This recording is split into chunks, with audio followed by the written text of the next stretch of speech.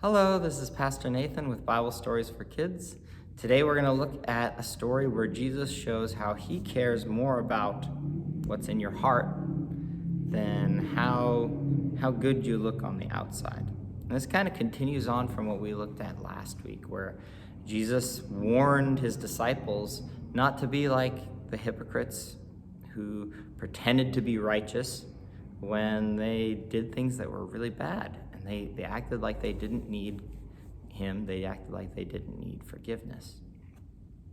And so today he's going to look at something that's the opposite side of that, of somebody who doesn't have much, isn't perfect, but instead comes and gives to God, and it's a sacrifice to give to God, and has a heart that loves and follows and worships God. So we're going to be in Luke chapter 21, and we'll start in verse 1. As Jesus looked up, he saw rich people putting their gifts into the temple offering boxes.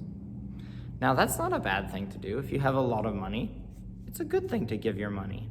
And some of these people probably gave their money wanting to worship God and offer it with a good heart. But look at this other person who clearly has a heart to follow after God. Verse 2, he also saw a poor widow put in 2 very small copper coins. Verse 3, what I'm about to tell you is true, Jesus said. That poor widow has put in more than all the others. All these other people gave a lot because they are rich. But even though she is poor, she put in everything. She has very little to live on. So this widow, this lady who her husband had died, and so she didn't have that income to rely on. She had to rely on her friends and family and community and what work she could do to live. And so she didn't have a lot of money. And Jesus is saying that when she gave out of not having very much. And he and God notices that. And he notices that it's a sacrifice. And that it costs something for her to worship and obey God and to follow after God. And that's because she gave even when it was hard, that was a bigger sacrifice than what the rich people gave. And so when we give to God, whether it's some of our money, whether it's our time, whether it's serving other people, when we give and do things to serve God, he looks at the heart. He looks at the heart. So whether you have a lot, whether your family or you have a lot of money, or a lot of time, or a lot of talents to give to God, that's a good thing. And to make sure your heart's in the right place, that you're giving to God as something that you're sacrificing to him, to show him that you love him and worship him and follow him. And whether you have a little, it can be hard to give when you don't have a lot. And to give anyway, and it may be less, it may be a lot less than someone who has more money, but to give is a way of worshiping God.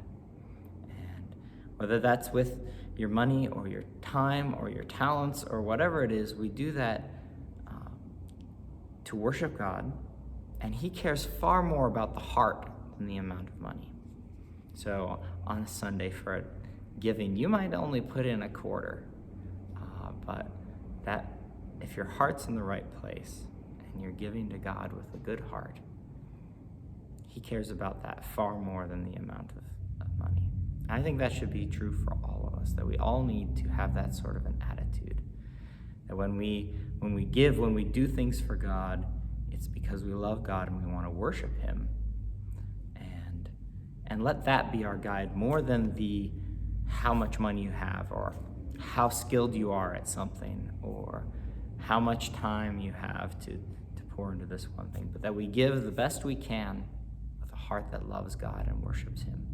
And I think that's important for every single one of us, from Pastor Rich to the littlest children in children's church, that our heart attitude towards God is so, so, so important. So have a great week, and I'll see you all next time. Enjoy talking with your parents about that and how you can give and serve and show God love and worship him even if it's just a little bit. And you know what? I bet God will be very happy with that, because that's Jesus' attitude. So have a great week. I'll see you all next time.